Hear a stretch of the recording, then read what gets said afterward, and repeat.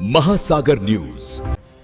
लडाखचे ख्यातनाम शिक्षण तज्ज्ञ आणि सामाजिक कार्यकर्ते सोनम वांगचुक यांच्या देशहिताच्या प्रमुख मागण्यांसाठी आज सोनम वांगचुक सपोर्ट समिती मलकापूरच्या वतीने शहरात एक भव्य निषेध मोर्चा काढण्यात आला. दुपारी 11 वाजता स्थानिक डॉक्टर बाबासाहेब आंबेडकर पुतळ्यापासून सुरू झालेला हा मोर्चा उपविभागीय अधिकारी कार्यालयावर धडकला. या मोर्चात मलकापूर शहरातील विविध समाजसेवा संघटना, राजकीय पुढारी, डॉक्टर, वकील, पत्रकार आणि मोठ्या संख्येने नागरिक सहभागी झाले होते. आंदोलनादरम्यान केंद्र सरकार मुर्दाबाद, भाजपा मुर्दाबाद, भारत माता की जय, संविधान अमर राहे आणि या सरकारचं करायचं काय, खाली डोकं वर पाय अशा जोरदार घोषणा देत आंदोलकांनी परिसर दणाणून सोडला व केंद्र सरकारच्या धोरणांचा तीव्र निषेध केला. मुख्य मागण्या आणि निवेदन. मोर्चाच्या सांगतेनंतर उपविभागीय अधिकाऱ्यांमार्फत भारताच्या माननीय राष्ट्रपतींना एक निवेदन सादर करण्यात आले. या निवेदनात प्रामुख्याने 2 महत्त्वाच्या मागण्या करण्यात आल्या आहेत. 1. केंद्रीय शिक्षण मंत्र्यांचा राजीनामा. नीट सारख्या उच्च शिक्षण क्षेत्रातील प्रवेशासाठीच्या अत्यंत महत्त्वाच्या परीक्षेत झालेल्या पेपरफुटी प्रकरणाची नैतिक, प्रशासकीय व राजनैतिक जबाबदारी स्वीकारून केंद्रीय शिक्षण मंत्री धर्मेंद्र प्रधान यांनी त्वरित राजीनामा द्यावा. 2. लडाखला पूर्ण राज्याचा दर्जा. सोनम वांगचुक यांच्या प्रदीर्घ आंदोलनाची दखल घेऊन लडाखला पूर्ण राज्याचा दर्जा देण्यात यावा आणि घटनेच्या 6व्या परिशिष्टात 6th शेड्यूल त्याचा समावेश करावा. निवेदनात पुढे इशारा देण्यात आला आहे की केंद्र सरकारने या लोकशाही मार्गाने केलेल्या मागण्यांची त्वरित दखल न घेतल्यास 15 ऑगस्टपासून देशभर तीव्र आंदोलन व उपोषण छेडण्यात येईल. यावेळी Adv Sahebrao More, doctor Arvindji Kolte, advocate Harish Raval, Hiwali Guruji, Sambhaji Shirke, Harish Raval, Gajanan Thosar, advocate Vinod Patil, advocate Snehal Tayde Raval, Dattaji Hiwali, Ashatai फडतोळी, मंगलाताई पाटील, रशीद खा जमादार, ज्ञानदेव तायडे, अजय सावळे, वकील संघटना आणि पत्रकार हरी गोसावी, हनुमान जगताप, प्रवीण राजपूत, अजय टप, अनी गोठी, कैलास काळे, करण झणके इत्यादी उपस्थित होते.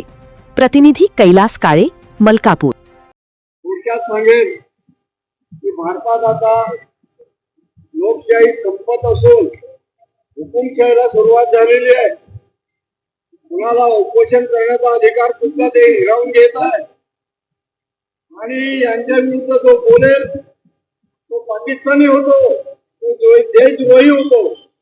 अशा प्रकारचं सरकार म्हणजे इमर्जन्सी लागू न करता इमर्जन्सी लागू झालेली आहे असं या सरकारचं धोरण आहे. हे धोरण शेतकऱ्यांच्या विरुद्ध आहे, कष्टकऱ्यांच्या विरुद्ध आहे, व्यापाऱ्यांच्या विरुद्ध आहे आणि सर्वसामान्य माणूस हा भयभीत झालेला आहे. वाढलेली महागाई, त्यानंतर वाढलेला भ्रष्टाचार, की राम मंदिर सुद्धा यांना पुरत नाही असे हे हरामखोर लोक यांनी या देशाचं वाटोळं केलं आहे. आणि म्हणून जर आम्ही सामान्य जनता, वकील, पत्रकार, डॉक्टर जर घरात बसून राहिले तर सर्वसामान्य लोकांचं नेतृत्व कुणी करायचं? ते लोक आधीच घाबरलेले आहेत आणि त्यामुळे सर्वप्रथम आज जी मंडळी एवढ्या संख्येला इथे आली, त्यात वकील मंडळी आहे, डॉक्टर आहे, पत्रकार आहे, सर्वांचं मनापासून स्वागत करतो, अभिनंदन करतो.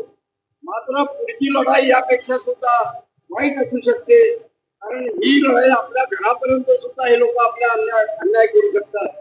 एका विशिष्ट समाजाला टार्गेट केल्या जाते, ते पाकिस्तानी आहे, ते आतंकवादी आहे आणि अशा तऱ्हेचं वातावरण या देशात बनवले जात आहे. मतदारांचे नावं मतदार यादीमधून कमी केल्या जात आहे आणि त्यामुळे पुढचा काळ निवडणुका होतील की नाही अशी परिस्थिती यांनी निर्माण केलेली आहे. माझी सर्वांना विनंती आहे ही लढाई पुढे न्यावी. त्यावेळी आपण सर्व आवाहन करू, यापेक्षाही मोठ्या संख्येनं लोक आले पाहिजे. इथे लोकांना कोणी आणणार नाही. भाड्याचे तत्व आम्हाला नको, प्रामाणिक लोक पाहिजे, लढणारे पाहिजे, जेलमध्ये जाण्याची तयारी असली पाहिजे. आम्ही सर्व तुमच्या बरोबर आहे. सर्वांचं अभिनंदन करतो.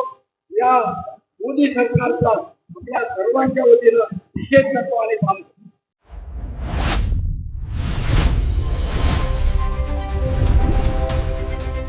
महासागर न्यूज.